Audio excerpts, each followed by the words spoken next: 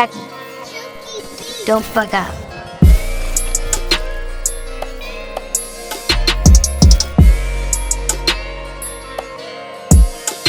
Yo, what's going on guys, welcome back to the channel, and today we're back with Kingdom chapter 552. We spent all of this chapter with Yotanwa's army, which is good because the last thing we saw of them, they were losing countless men by the day and killing each other by night. So Yotanwa said she was going to come up with a plan to end all of this, to get them out of this situation, and today we learn what that plan is. The beginning of the chapter is basically Heki being bullied by the mountain tribe because he's the reason why they are also starving. He's the reason why they have to share their rations and they're not getting enough food for themselves. So they're all mad at him about that, and rightfully so. But the best thing to come out of this situation was Yotanwa, of course. We see her beat the living shit out of one of her subordinates. This guy was talking about how he didn't care about her orders. He was gonna kill Heki whether she liked it or not, and he was saying this not realizing that she was standing right behind him. And bro, when I tell you, she punched the living shit out of this nigga, bro.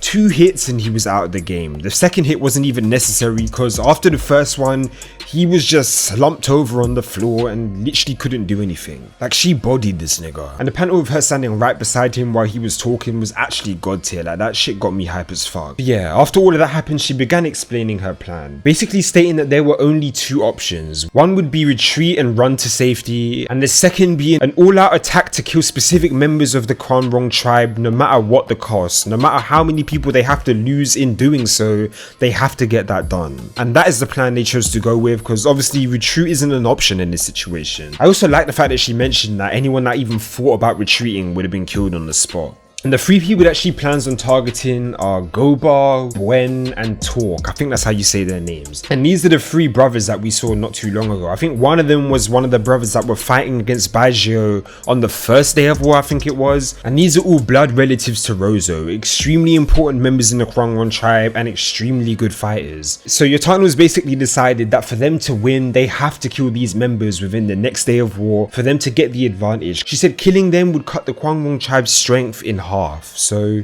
yeah, these guys are definitely really important. And the 3 people that she's sending from her unit to deal with these guys is Baijiu, who will be taking command of her army, the Figo tribe with the Figo king obviously, and the Mira tribe with Katari and her older brother. And I think that's really interesting because she didn't even mention herself as one of these people that are going after these guys. So I assume that she's going to be doing something completely separate entirely, seeing as her army is going to be led by Baijiu. So it'll be interesting to see what role Yotanwa actually plays herself in this plan. And towards the end of the chapter, Heki was requesting if he could be a part of these 3 important armies that go to fight these people. And although she didn't answer him in this chapter, I'm pretty sure she's going to allow him. But if I'm being completely honest with you, I really don't want Heki to be a part of this at all, because not only has he fucked up at every stage possible, but I don't even think he's ready for these guys. Like, in a 1v1, he'd get absolutely slaughtered. In a straight up war between his army versus one of their armies,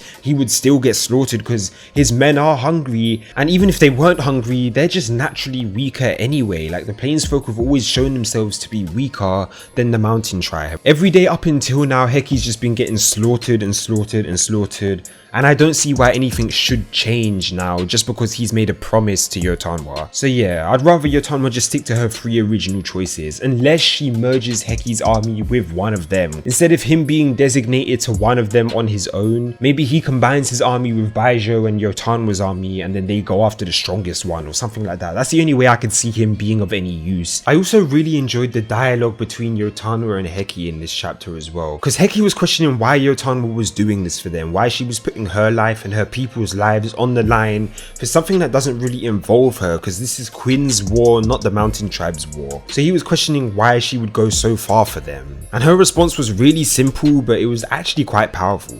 She responded saying, "You ask me this now after all we've been through, and to think that since long ago I thought of you as a friend and a comrade." I don't know why that speech hit me so hard, but it honestly is really impactful because Yotanwa is one of those characters that we've literally been with since the beginning of the story, since like the 20s or 30s, since those really early chapters she's been with us. And I know she hasn't been with us the entire time, she really has helped us out a lot over these years. Like, she's basically one of Quin's generals now. So yeah, I really did enjoy seeing her express those those feelings, especially after the history that the Mountain Tribe have had with the Plainsfolk, like since before Yotan was Era. It's really good seeing that she just completely breaks that mold again. But yeah, overall I really did enjoy this chapter. It was more of a build-up chapter than anything, but I still enjoyed it nonetheless, and it really does get me hyped for the upcoming chapters. Like this one chapter alone has set up at least 3 god tier encounters, and we don't even know what Yotan was going to be doing yet. We have no clue what Rozo's plan for the next day is, or even what Shinsuiju plans on doing, because he hasn't even mobilized his forces yet. So yeah, this is set up for an extremely good day of war in the next upcoming days.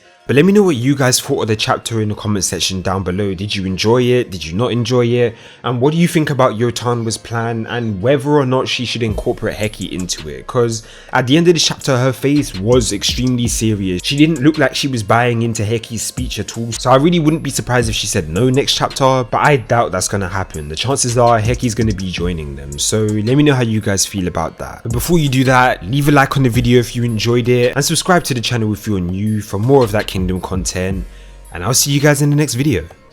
1.